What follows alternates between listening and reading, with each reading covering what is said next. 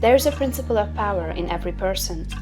By the intelligent use and direction of this principle, man can develop his own mental faculties. Man has an inherent power by which he may grow in whatsoever direction he pleases, and there does not appear to be any limit to the possibilities of his growth. No man has yet become so great in any faculty but that it is possible for someone else to become greater. The possibility is in the original substance from which man is made. Genius is omniscience flowing into man. Genius is more than talent. Talent may merely be one faculty developed out of proportion to other faculties, but genius is the union of man and God in the acts of the soul. Great men are always greater than their deeds. They are in connection with a reserve of the power that is without limit. We do not know where the boundary of the mental powers of man is. We do not even know that there is a boundary. The power of conscious growth is not given to the lower animals. It is man's alone, and may be developed and increased by him. The lower animals can, to a great extent, be trained and developed by man, but man can train and develop himself. He alone has this power, and he has it to an apparently unlimited extent.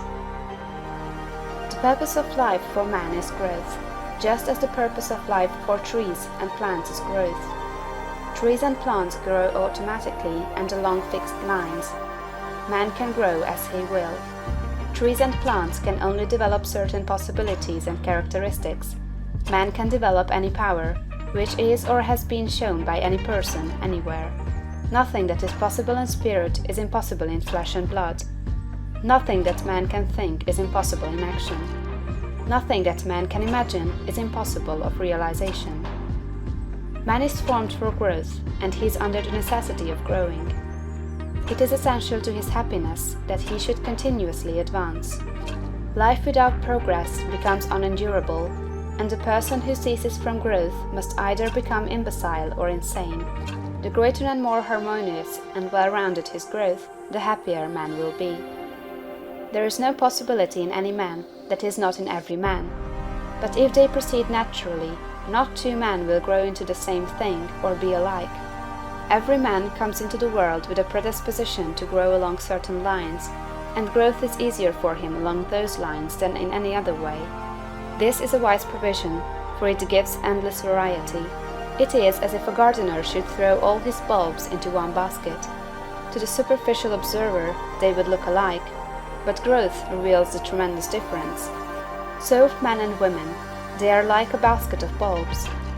One may be a rose and add brightness and color to some dark corner of the world. One may be a lily and teach a lesson of love and purity to every eye that sees. One may be a climbing vine and hide the rugged outlines of some dark rock. One may be a great oak among whose boughs the birds shall nest and sing, and beneath whose shade the flocks shall rest at noon, but every one will be something worthwhile, something rare, something perfect. There are undreamed of possibilities in the common lives all around us in a large sense. There are no common people.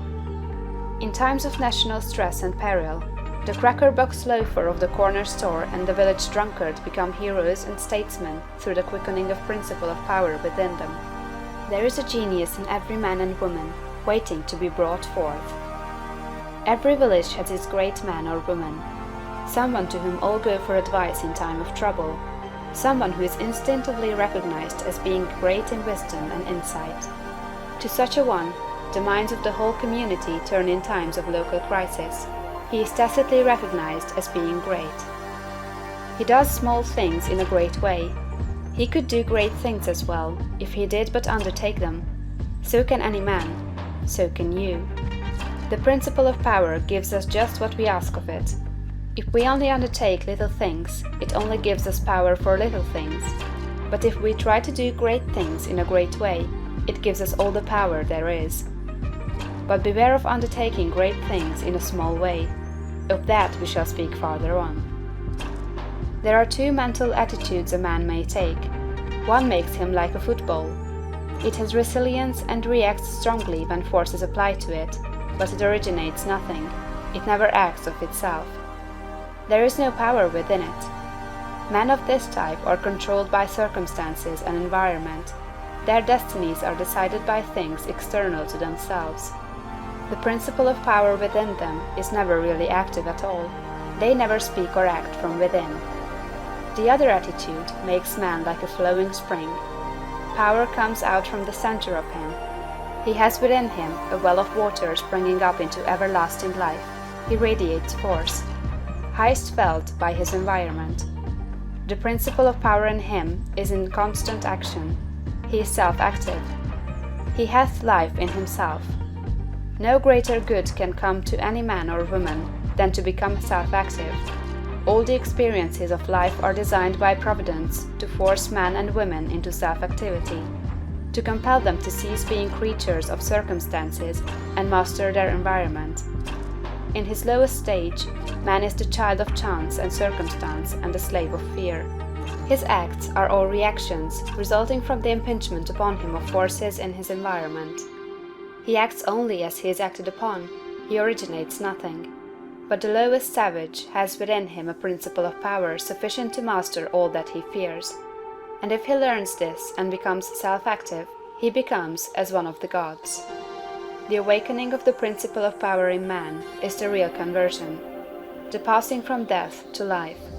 It is when the dead hear the voice of the Son of Man and come forth and live. It is the resurrection and the life.